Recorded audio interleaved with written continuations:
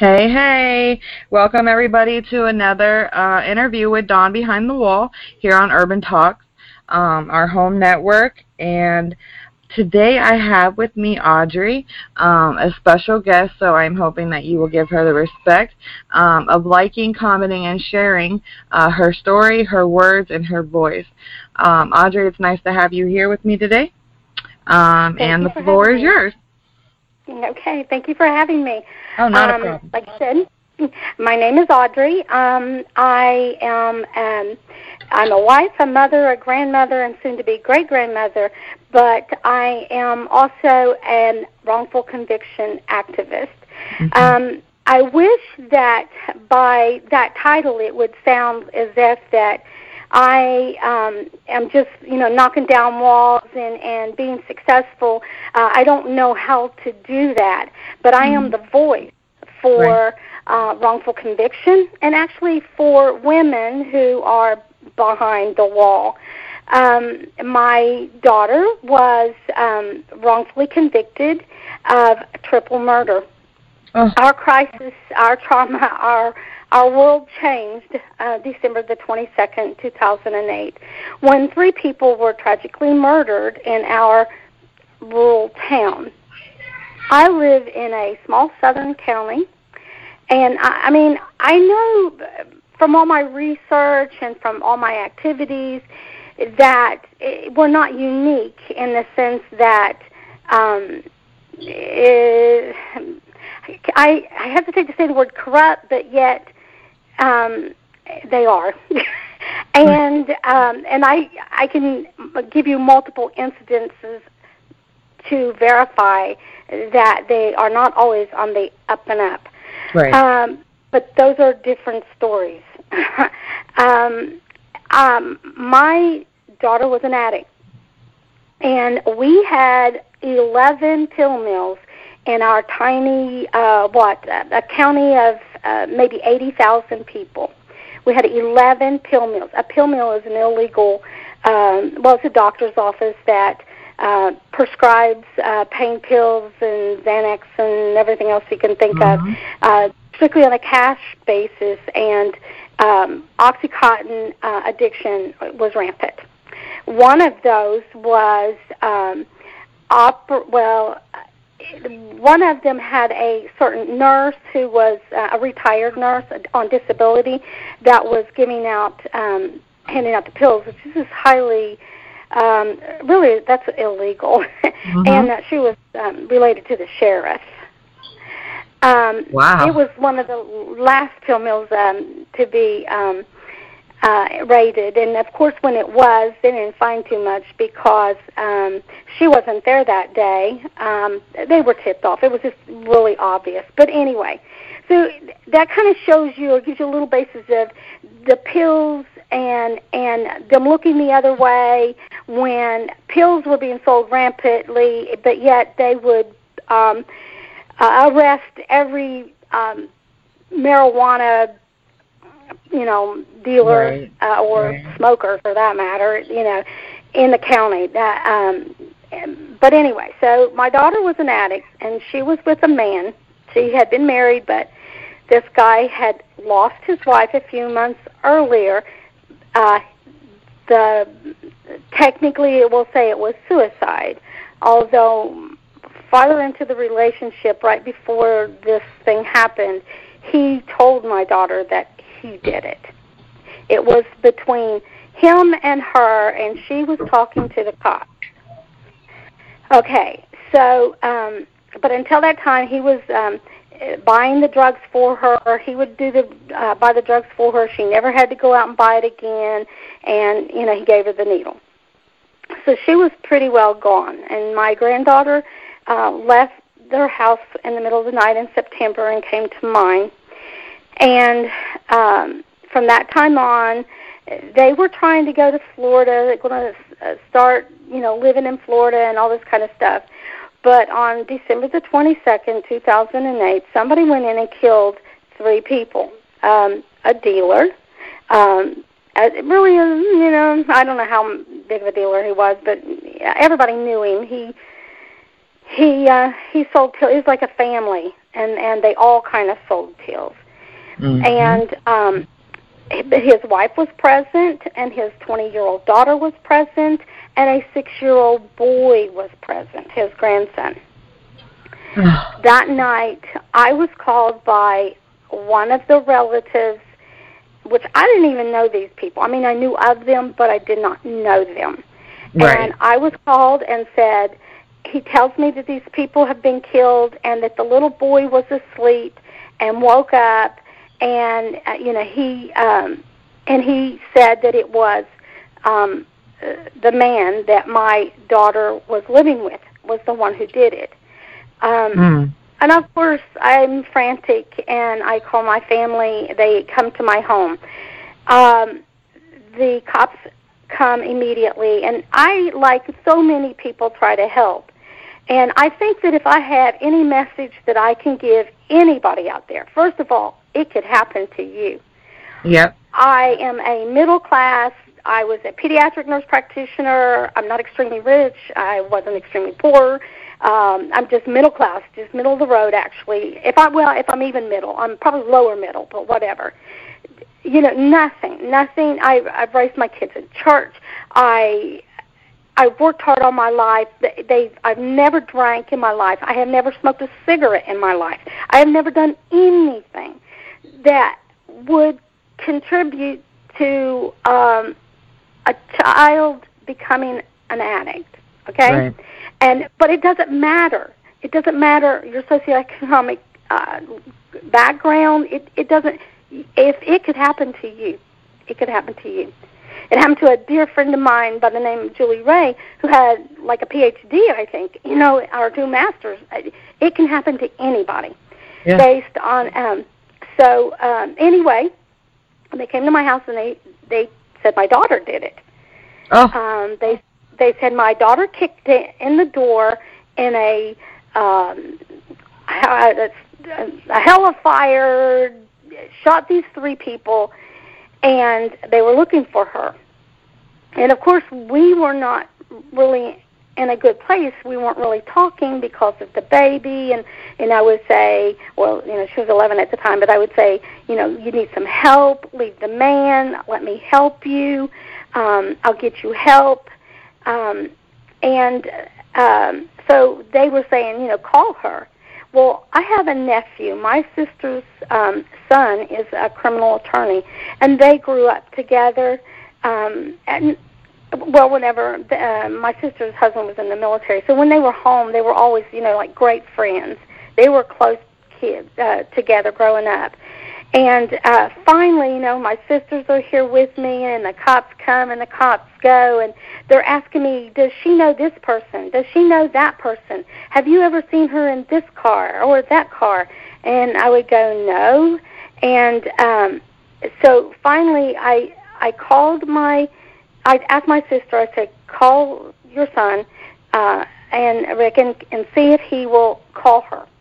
And he did. He called her and told her that, the cops was looking for her, and she said, well, okay, I'm over here. She tells him where she's at, and I got to get in the shower to get this dye out of my hair, and you can come pick me up. Okay. So and the background is that, let me tell you that my daughter could shoot a gun. They did a lot of target practicing when she was with her husband. They did deer hunting. In this little southern town, like a lot of places, deer hunting is a sport, and then, of course, they ate the food, so it wasn't a waste. But anyway, but she had some guns, but they had been stolen in October. She had gone to Florida, and I have a recording, actually, where she called her daughter and said that somebody had broken the house and stolen everything, and her guns, computers, everything. And so she didn't have a gun. And that's what she told when she goes in there, and they say, they tell her, okay, you've been accused, or you killed 3 people and told these people that she was supposed to kill, and she knew the man. She had bought drugs from him many times, but didn't know his wife or daughter very well. And she just said, I didn't, and my nephew said, she's not talking. And they tested her hands for, a GSR, and read her rights, and he said, I'm going to go out, and you get her ready and I'll meet her on the other side. It was kind of like, okay, you finish booking her, and then I'll talk to her on the other side. They recorded every conversation that they had in that room, and she said. But anyway, all she said was, "I didn't do anything. I don't know what they're talking about. Why would I do anything? I want my daughter." But anyway, the cops, they didn't let my nephew ever talk to her again. Oh, my God. And they recorded 6 hours. I think they recorded 4 to 6 hours of talking to her. But there was several hours they did not record. One, they took her outside so she could smoke a cigarette, because that was her main concern. She couldn't go to prison. She couldn't go to jail because she had smoke. Right. She was addicted to cigarettes too. Right. And they took her out and let her call the guy on the cell phone, and he said he would come in, and because she kept saying, just ask him, he'll tell you, I didn't do anything. And he said he would come in. Instead, he took her cell phone that he had on him all day, and he took her car, and he hightailed it to Florida. And they, of course, like I say, arrested her, booked her, and then maybe over a week, well, I think it was like January. See, they caught him. They arrested him in Florida on December 28th and brought him back probably like January 2nd. Okay? Meantime, this is how, as a parent, they say, you're her mother, she's innocent. And it's not always, it's not always that case. I think that if I thought she could do it, I would think that it was a possibility. Right. And there's times when I would like to prove to myself she did, because it would be easier for me. Right. But the man's father called me, and he said, come and get her things. The cops have already been in here and gotten what they want. Come get her things. So I went to get hers and my granddaughter's things. And as I carried them out into my car, there was this big garbage bag in the closet. And the place was kind of a mess because they were moving. Right. So in this garbage bag, I looked into it, and there was she wore an old camouflage military jacket. And she wore it all the time, but she wore it hunting because it had maybe it was something orange. It looked like, one of those things that you heat your hands with or something. Yeah. Like when you go hunting. Yeah. Well, they have some little probably chemical heat warmer of some sort. Seems like there was something like that in there. But I looked at that, and I picked it up, and I saw the camouflage pants underneath it. These camouflage pants were actually military Marine pants that my nephew her uncle had given to her many years ago. And he was little. He was a small guy, and she was real little. At this point in time, she wasn't more than 100 pounds. Mm-hmm. And she's 5'2". Okay, 5'2" is pushing it, and 5'2", I'd say, and 100 pounds. So these clothes were in that bag, and I looked at them not once but twice because I would leave and come back to get something else, and I go, oh, that's that bag. What is in that bag? And look at it again, and oh, yeah, it's her hunting clothes. I really don't have room for those. I'll just leave them. And I forgot about them. Mm-hmm. I got everything else that was semi-important and got it out of there. Well, this was on the 26th day of December. He was picked up on the 28th in Florida, Jacksonville, Florida. And we don't get any kind of information. You know how they say they always turn it over to you in a timely manner and all that garbage? Yeah. They don't. No, I know. was really fortunate that her attorneys allowed me to see what they had.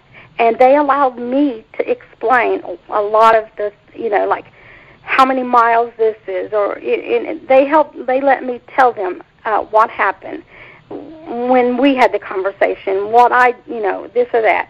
Anyway, I saw everything that they had. And finally, keep in mind, this was December the 22nd.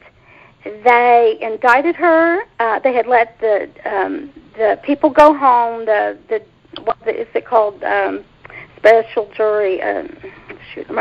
Grand jury. They let the grand jury go home for Christmas, but they brought them back to indict her because at that time they really didn't have anything on her. Then they indicted her December the 31st, and they brought him back January the 2nd.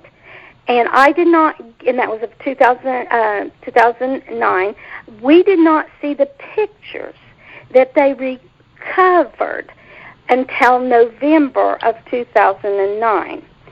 And when I saw them, these pictures, and I saw that, that camo coat, and I'm going, I've bought most of this kid's clothes, or her life. She was 29 years old. I bought most of her clothes all her life, so I knew what she had and what she didn't. And I looked at that, and I thought, how many of those coats did you have? I don't remember one.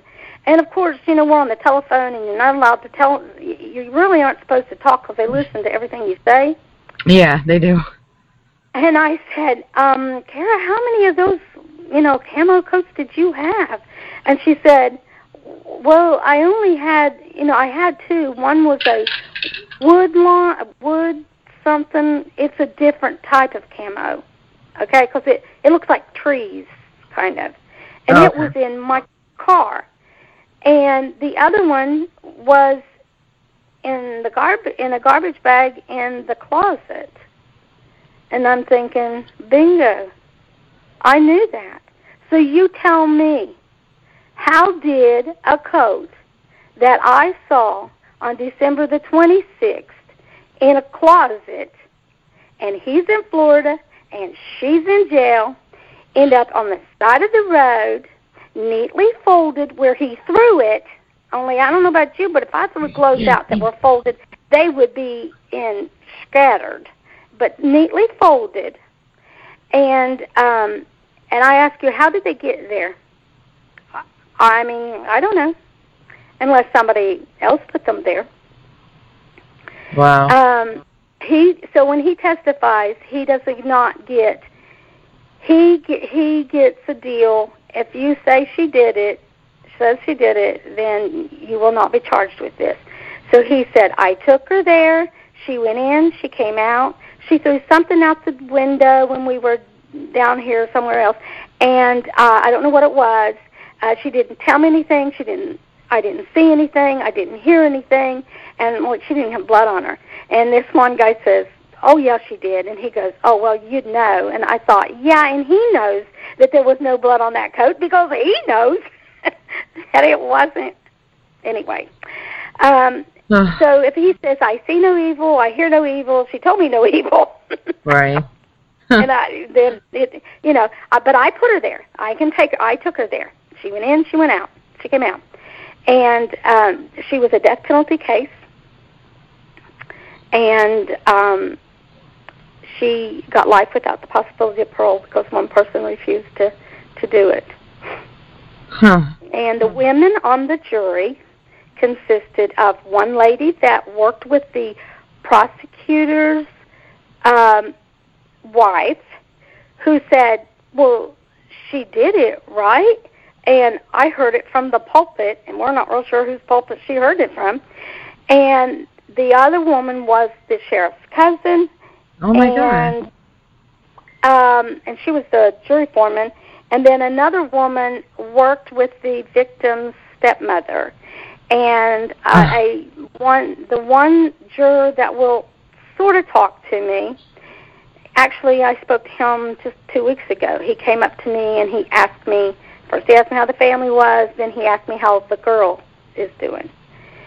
And he said, those women wanted to kill her. Those women wanted to kill her. And I said, well, it doesn't surprise me, Well, right. And I say it's Sayeta County, but, it's not even just that. Like I said, this happens over and over and over again. I've watched the Darlie Routier. I've investigated, read through those things. I saw The Last Defense. Everybody's talking about it, but, I remember when 2020 showed her doing the silly string thing. I knew then that doesn't make you a murderer. That didn't, people have these judgments. They just jump to the conclusion when they read something in the paper. Oh, Joe Cool just molested a kid. No, Joe Cool was accused of molesting it. You are innocent until proven guilty, or that's how it's supposed to be. Supposed to be. But it's not. We have a judge in our county that just retired conveniently because he was about to be disgraced about, well, I won't go into all that because I might be liable. I don't know, but you right. can Google it and find out. There's some missing women. You know what I'm saying here? Yeah. Okay. And but the child said that a girl did it, a black-haired girl, and my daughter was blonde, bleached blonde at the time. A black-haired girl wearing blue jeans and his first story was jeans and a vest with guns and knives in it. And at the trial, the poor little boy changed it to a camo, but then he switched it right back again. And the things that they found on the side of the road was, or right beside, listen, she was in a motel room, okay? Mm-hmm. They went to that motel room, and they took pictures and took samples of things and all that stuff. Swabbed the sink to see if she showered off blood. But what she had done is, when she says, I was at his house asleep. I'd slept all day. He had been in and out all day. He comes in, he says, it was dark. He said, let's go to Florida. I said, no, I have a doctor's appointment. He said, let's go to a motel. The cable doesn't work. Okay, so she said, when a certain detective would call him and tell him to get out of town because drug task force was coming to town, he would take her to a motel. So she just figured it was the same thing. So he takes her over so they get in the car, and he wants to go. We live right on the river. Kentucky is just a bridge right away. And then, so and you could go back and forth, you know what I'm saying? Yeah. He wanted to go to Ashland, Kentucky, which was farther away. And she said, no, my appointment is in Portsmouth, Ohio. Let's go there, and, let's go there. Well, they compromised by just going just across the river into a little motel just a few miles away. I mean, it would almost be like if you could throw a rock from my house across the river, you could almost hit it. You understand what I'm saying? It's not that far away. Can't really see it, but anyway, so they went and stopped at a Family Dollar store where she picked up hair dye, black hair dye. She had blonde hair, remember? Right. These murders happened at about 6, I'm going to say about roughly between 6 and 6:15. It is, the sun has already set. It is dark, okay? But she goes in there and she buys 2 things of black hair dye, and some super glue to nail her to glue her phony nail back on her finger. Then they go to a Subway shop. At the Subway, they've got the video of her at Subway. She goes in, they buy a sandwich.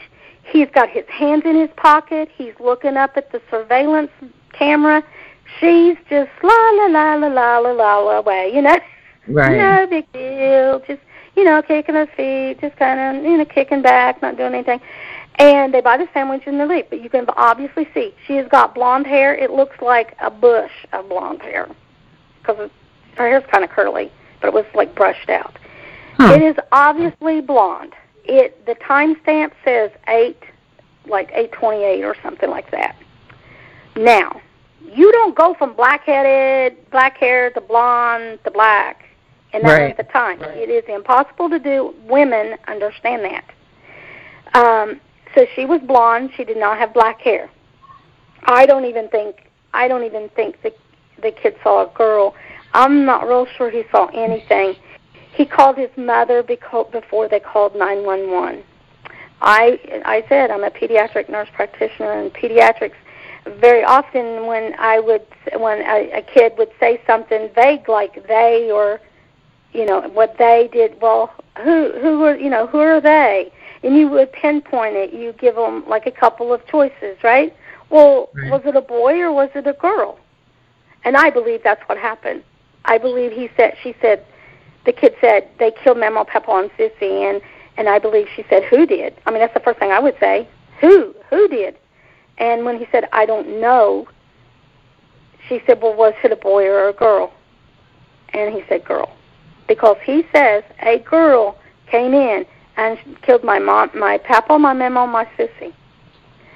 And he says that he kicked the door in. The door cannot be kicked in. It came out.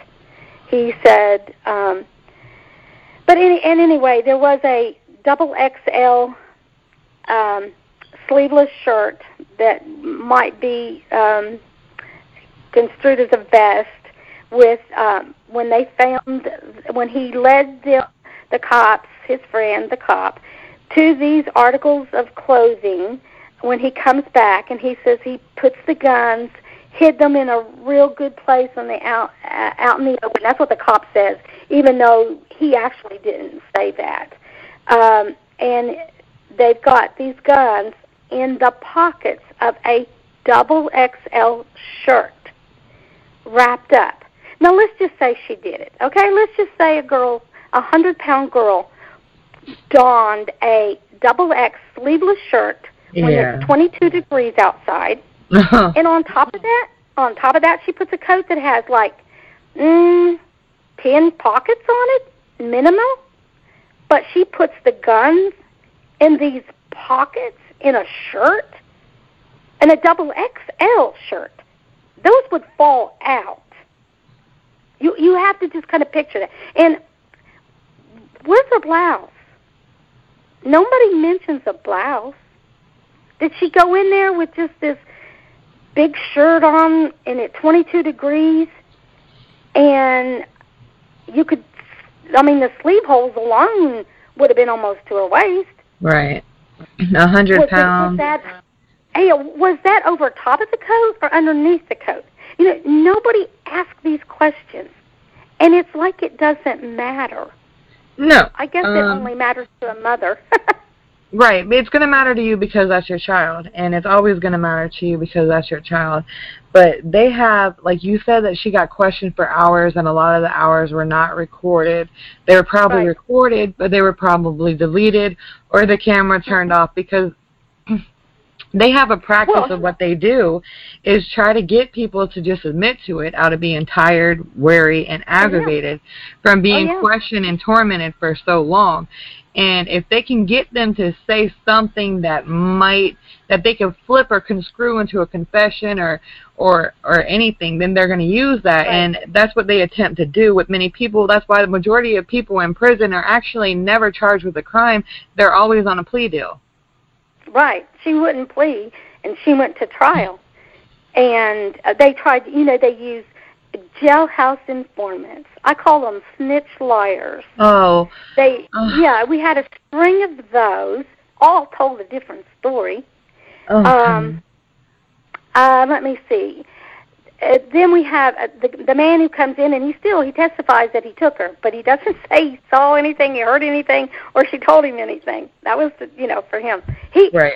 Here's the thing. Somebody killed these 3 people, and somebody is not paying for it. And I don't even know if that man killed those people. But let me tell you something. Like you said, they don't want it or it's deleted. Let me tell you, this motel sits right beside a bank. What is around a bank? Cameras. Cameras. I went over and I've taken pictures of them. There are at least, 4 or 5. I just quit counting. I just took them on the one side. Okay? Mm-hmm. And let me tell you that this motel, it's like the front of it faces like the highway, and the back of it is like this little street. And there's a mailbox across the street, right across from the hotel room that they were actually in.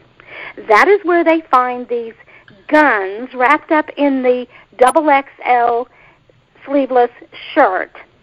Some of them loaded, by the way. And 2 of them are her guns that she owned. They weren't in her name, but she had possession of them at one time before they were taken in October. I want to know too that during the interviews, and the captain says, she says, I didn't even have a gun. Those guns were stolen. You guys said that, and he goes, oh, those guns are returned to you. And she said, no, they weren't. And he says, just a minute. And he leaves, and he comes back, and he never mentions those guns again. Okay? Now, here's these guns that she has reported stolen in October, show up wrapped up in a XXL sleeveless shirt. That belongs to the man, and they say, when they did DNA on it, they said that her DNA was on it too, but if you wash it and fold it, your DNA is going to be on it, so it don't really mean nothing. But here's these guns and everything, and in direct line, you could stood at that mailbox, why would you put it right by a mailbox? I mean, the river isn't more than a few feet away. Why don't you dump them in the river if you don't want them found, right? But they're conveniently placed by a mailbox, so a cop can find them easy enough whenever he's directed to it. Yeah, in the direct line of a surveillance tape from a bank, and they don't get any? They could have told when they got to that motel, when they left that motel, who came, who went. They could have told everything from that surveillance camera. They got one from Subway. They asked for one at Family Dollar. Why didn't they get one from the bank? Or maybe they did.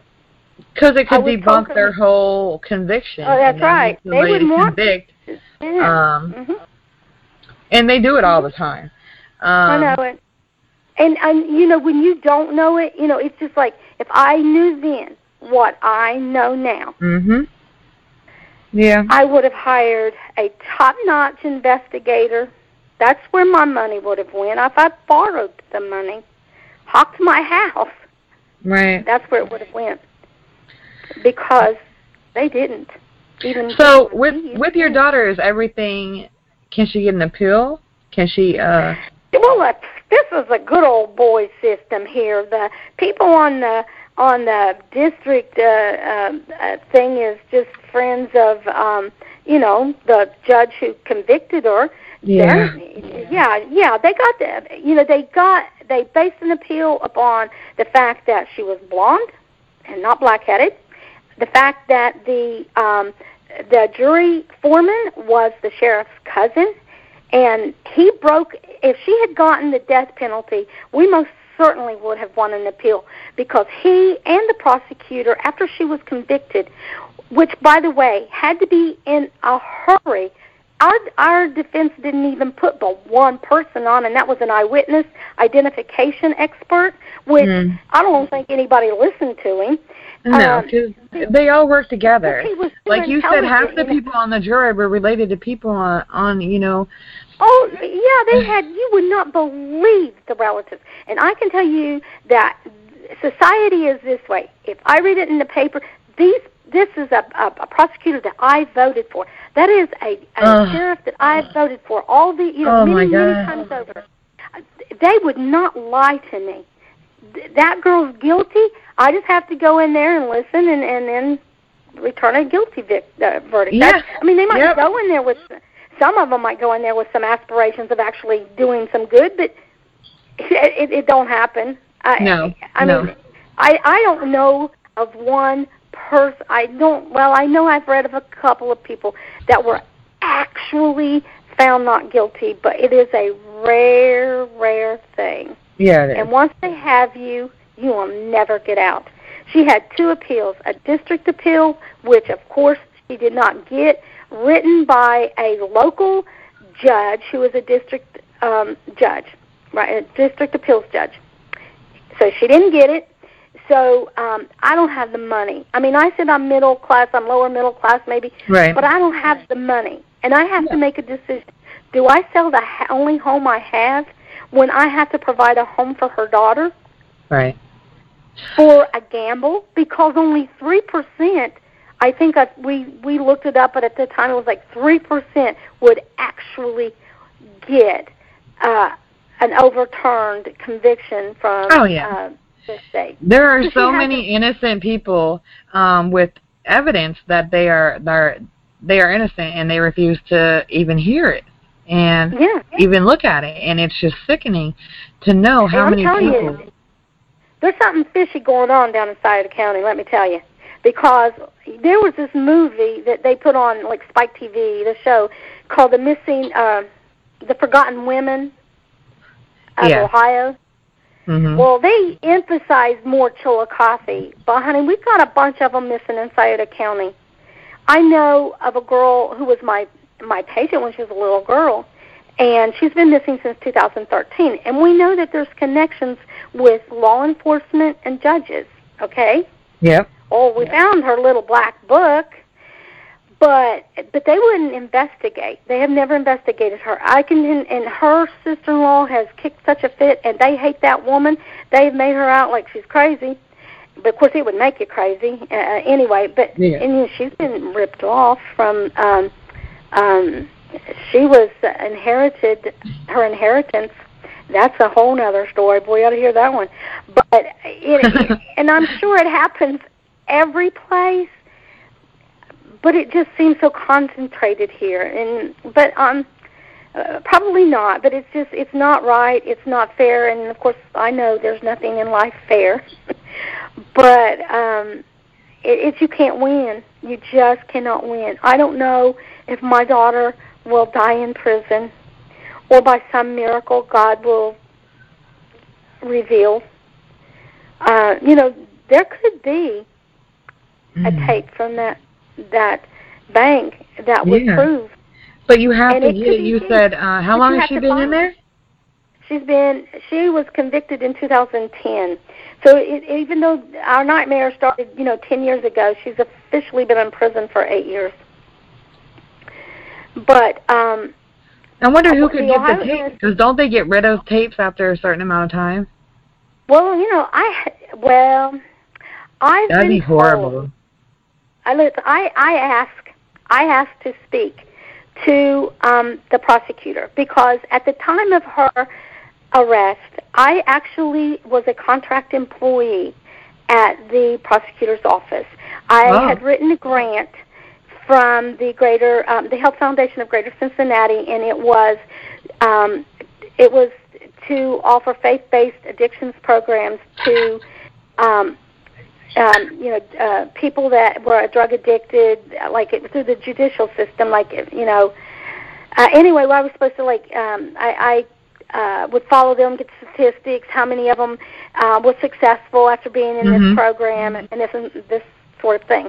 So I actually work there. I mean, he can call me Audrey, and I can call him Mark. Right. And I asked to speak to him because there's 30-some pages that are missing out of these two huge volumes of like 700 and some pages of evidence. Now, that's something else they do to you. I want you to know. They will give you 700 pages, and 500 of them would be repeats. Right. Or maybe more. It's scattered in there so you're just all confused, so you don't notice certain things. So I went through them. I won't tell you how I got all this stuff, but let's just say I've got everything that was given to her attorneys. Okay. Okay? And I have tapes. I have videotapes, audio tapes. I have, I mean, you can look at all of them. And my daughter not one time said she did that. Not one time. She has maintained her innocence since day one. The little boy was shown a picture of my daughter taken, I don't know how many years before that. It looked like, you remember, you're probably too young, but back in the 80s they did something called a glamour shot. It I almost remember looked like those. a glamour shot. She was picked up, well, she was with this man that turned out to be her husband later, and his ex-wife was dating one of the sheriffs. So they followed them from a bar and stopped them and arrested them. She was not driving. They illegally searched her car, and then she was an EMT, and she had forceps in her EMT bag, and they called that paraphernalia, drug paraphernalia. Now, she was a drug addict. I don't know if she was a drug addict at that time, okay, but the forceps was in her EMT bag, along with everything that an EMT carries, stethoscopes, bandages, scissors, blah, blah, blah. So anyway, they did a mugshot. They took a mugshot, which she didn't even remember them doing. There's this little tiny person. Her hair is a different color. She's got makeup on, lipstick, and she said, we'd been at a bar drinking. I don't even think I had lipstick on. But if you see this picture, okay, they put this little teeny tiny person with 5 or, let me see, there's 3, 6, 9. It must be 8 other people that are huge. I mean, I don't mean that the girls were huge, but their pictures were huge. It was like, it took like a full face. Right. You know what I'm saying? So she looked like this little tiny girl with these great big people. So she stood out. And the little boy sitting on his mommy's lap, and his mommy says, look at the hair, and supposedly the cop takes the child away. That is not on tape. That is not audioed. It's not videoed. You are to believe that detective, that he did what he said he did. Now, you believe him, right? You always believe the cops, right? Sure, I don't anymore. No way. Sorry. And then by the way, and then they did the same thing for this old man who's dead now. He had the person driving up the hill, which is a very steep hill with a curve, backing up, but it didn't. I couldn't even go into his testimony because none of it made any sense. But they have her real little and everybody else real big. And I want you to know that after she was convicted in March of 2010. In April of 2010, then Governor Strickland signed into law that the identification procedure had to be in a certain way. You could not do what they did with my daughter. Actually, you're not even supposed to put them on a piece of paper. The person who gets the pictures are supposed to not be the one who shows the pictures. They're not supposed to know who the person is that they want you to pick. So anyway, those things have been changed. Wow. But too late. Yeah. Have you tried so Have you tried the Innocent Project? Yes, they've come. They've come and they've investigated, and they said, one woman who was from Ireland said, well, there are a lot of innocent people who will never get out. And I thought, well, that's encouraging. Right. And they told me, we need more evidence. When you get more evidence, you let us know. I'm a little disappointed in them. They kind of like the easy ones. Wow. The one that's so obvious. But my daughter has a lot of supporters, even in prison, because they know her. And she is kind of respected because, she doesn't get in any trouble, stays clean, and, but if you are in there for life, you're not eligible for anything. You're not eligible for programs, nothing. You can be in a lifers group, that's it. Right. And, but they know that she's honest. But nevertheless, guards get by with whatever they want to get by with. Yeah. And God. We ought to talk sometime about the PREA thing in those prisons. Mm-hmm. Yeah. The officer went and announced to all newbies that come in there, it doesn't happen. You guys do not get raped. Don't come to me and accuse anybody unless it's on tape, which half of the cameras don't work anymore, and or you have biological evidence. And you can be molested without actually being touched. Oh, yeah. Because my daughter has, some guy stood at the window and he said, don't you want to take your blouse off? And she said, no. Don't you want me? And no, go away.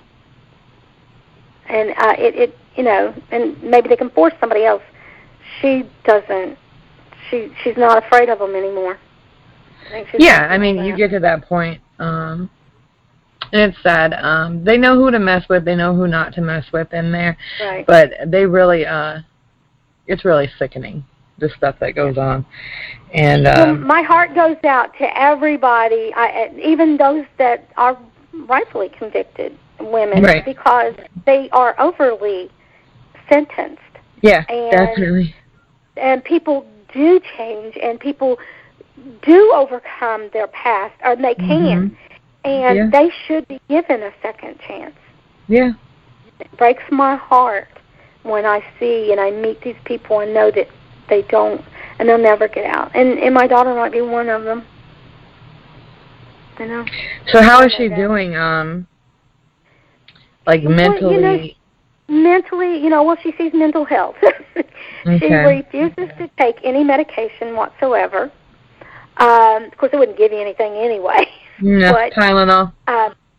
She has told him, I've been an addict. I don't want anything. And so she does have a counselor, and I will say that for them, and she's been in ORW and DCI, and both places have really excelled in the people that they've had for mental health. Oh, wow, that's good. Recent, in the last couple of years. They really, I can't say that in the beginning, but I can say that now. Okay. And they are advocates for the women, and she's really getting good counseling, but, it's not going to change things. She's got to be a grandmother, and she can't be here, and it's hard on her daughter.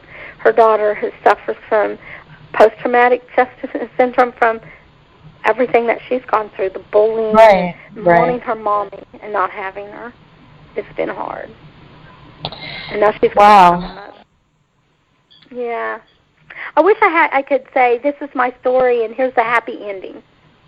There isn't one. But there isn't one. We can't stop trying to create No, we can't stop trying. We have to keep the hope going. I have to keep it for my daughter. We kind of give each other pep talks, and I won't let her give up. You she can't. thinks of death every day. You she can't. says, I go to there have been people who have done 30 years and got released. So you can't let go of the hope. It took them that long, And, of course, we don't want it to take that long. But it has happened. So you cannot let go of that hope, and you have to keep working, and you keep working. Right. I don't know. I think a lot of them will look at it because she hasn't been in there that long to them to think that that's okay, but it's not. I am not a young person anymore. Right. How long do I have? Will I get to see her come out? Right. Will I get to fix her dinner one more time? You know? Yeah, that is so sad. You know, like it changes everything. I know I'm not alone. There's a case in Ohio by the name of Clarence Elkins, and he was convicted based on a 6-year-old's eyewitness account. And I know his ex-wife Melinda. She's an awesome advocate and fighter, and you know, people like that, people like Julie Ray, like Darlie Key, the mother of Darlie Routier, people like Melinda Dawson. They give me strength to keep on fighting. Right. And I will never give up until the day I die. Yeah. Okay. It's rough, and, you know, I'm sorry that, for anybody, but, you know, your story is so rough, it's so hard, it's heartbreaking. If,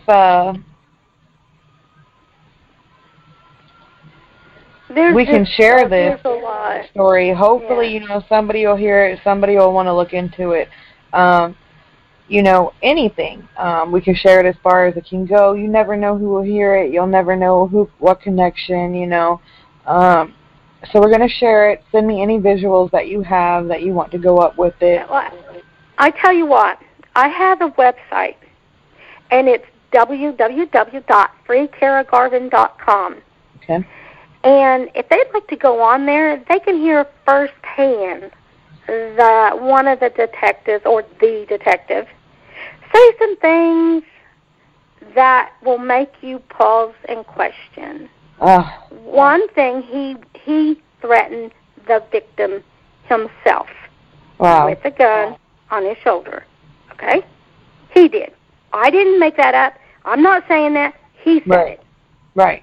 Another one is when they went to Florida to pick up the man, they spoke to a woman who said, "There's 2 dirty cops."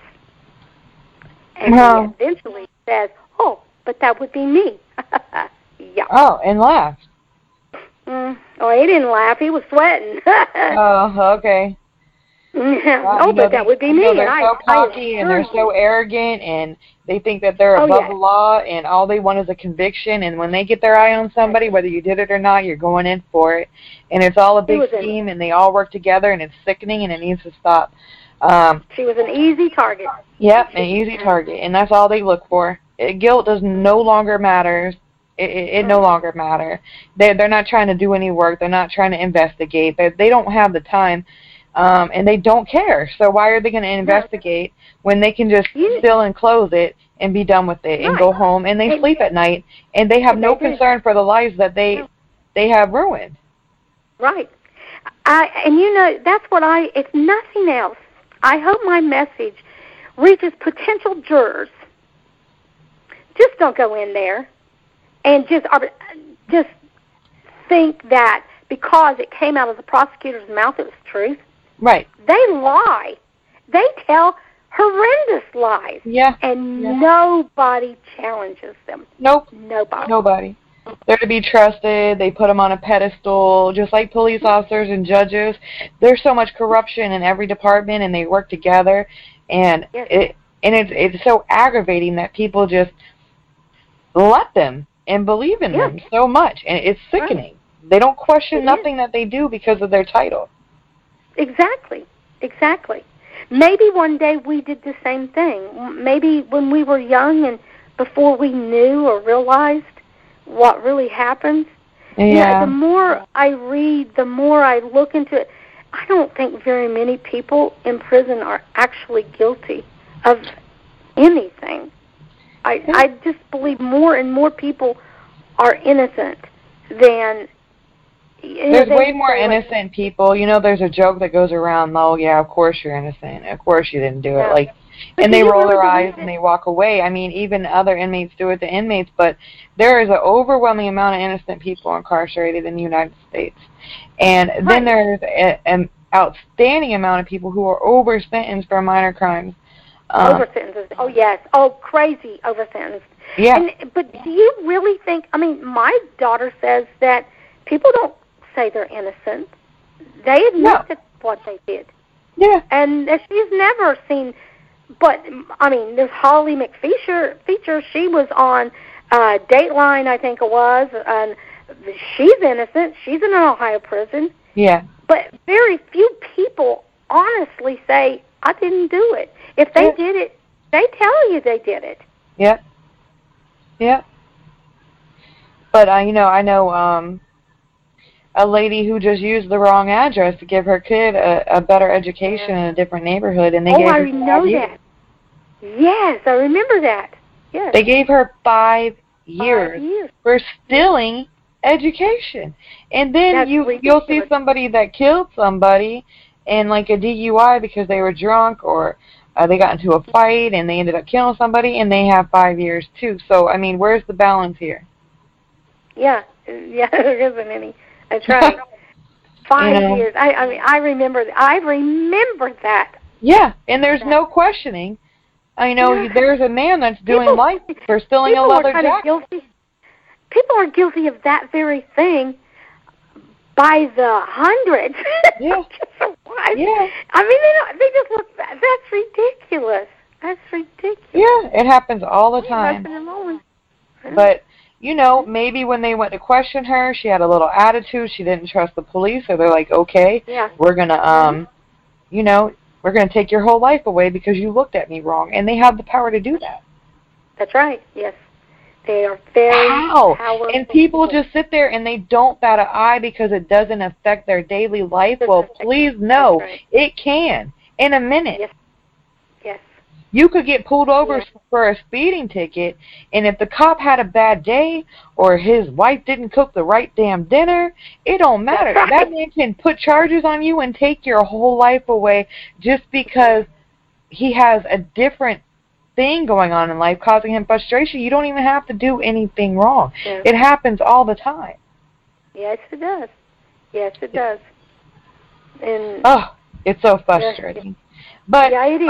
we're going to end here, and what we can do is maybe follow up when you have some more time and talk about different subjects. I know you have... Yeah. I'm telling you, I got one on this missing women thing, and well, let's do the missing women one. Rob, whenever the next time you have time, we'll do that. And we're going to share this with the world and get it out there. I want you to give them your website one more time where they can find the videos and everything that you shared on your website about the case. If you could give that to them so that they can self-educate and go there. Okay. It is www.freekaragarvin.com. That's KARAGARVIN.com. freekaragarvin.com. Actually, you can Google or you can find a lot of stuff. But there's some audio on there from the detectives. You need to listen to it. Okay, I'm going to go check it out myself too. I have some pictures. We are not giving up hope. There is still hope. The evidence doesn't match up. They're not investigating this case properly like many others. But, I mean, we're only human and we can only, work on so much at a time. But I'm here to help, and hopefully anybody that can help or anybody that wants to do some self-investigating, and we can work as a team to, maybe try to get this bank camera. Maybe we can contact somebody there that would be willing to just look on their own because they care. You never know. So if we could all, take a look at it and, keep her daughter in prayer. We keep you in prayer, Audrey, and continue to work on it. That's all that we can do, and I'm here for you anytime. All right. Well, maybe before too long I'll be able to come on here and give a victory talk about how we were I hope successful to so. get her out. That would be awesome, wouldn't it? Yeah, oh my God, it would be amazing. You'd have to get video and we'd have to put it up and another victory for, overcoming such a corrupt system. You know, that's beautiful. Right. And that's what we're going to claim for you and we're going to claim for your daughter. And we're not going to give up, prayers and thoughts until that day comes. And we're just going to claim that that day is going to come and look forward to it because that's all that we can do. Right. Thank you so much. And then hopefully anybody that wants to send cards or inspiration to your daughter, maybe that they can do that too and send her cards and uplifting words and stuff. I have a group together that does that. I don't want you to put her information online because you never know out here in the world on the internet. People are just crazy. But I do have a list of churches and people that do write and inspire, send cards and stamps and stuff like that. So if you're interested in that, then just message me her information and I can give it to them. They're very trustworthy. They send beautiful stuff, beautiful messages, beautiful quotes of hope and stuff. And sometimes on a day in there, it's very uplifting. So you have that too. I thank you for coming on Dawn Behind the Walls here on Urban Talk. I look forward to our next interview and then corresponding with you throughout the Dawn Behind the Walls Facebook page and just staying in contact about it. I appreciate you coming here, and like I said, continued thoughts and prayers for you and your daughter. And her daughter. And her daughter, that's right. Right. Thank you. Thank you so much. No problem. Have a good day. You too. Bye-bye. Bye.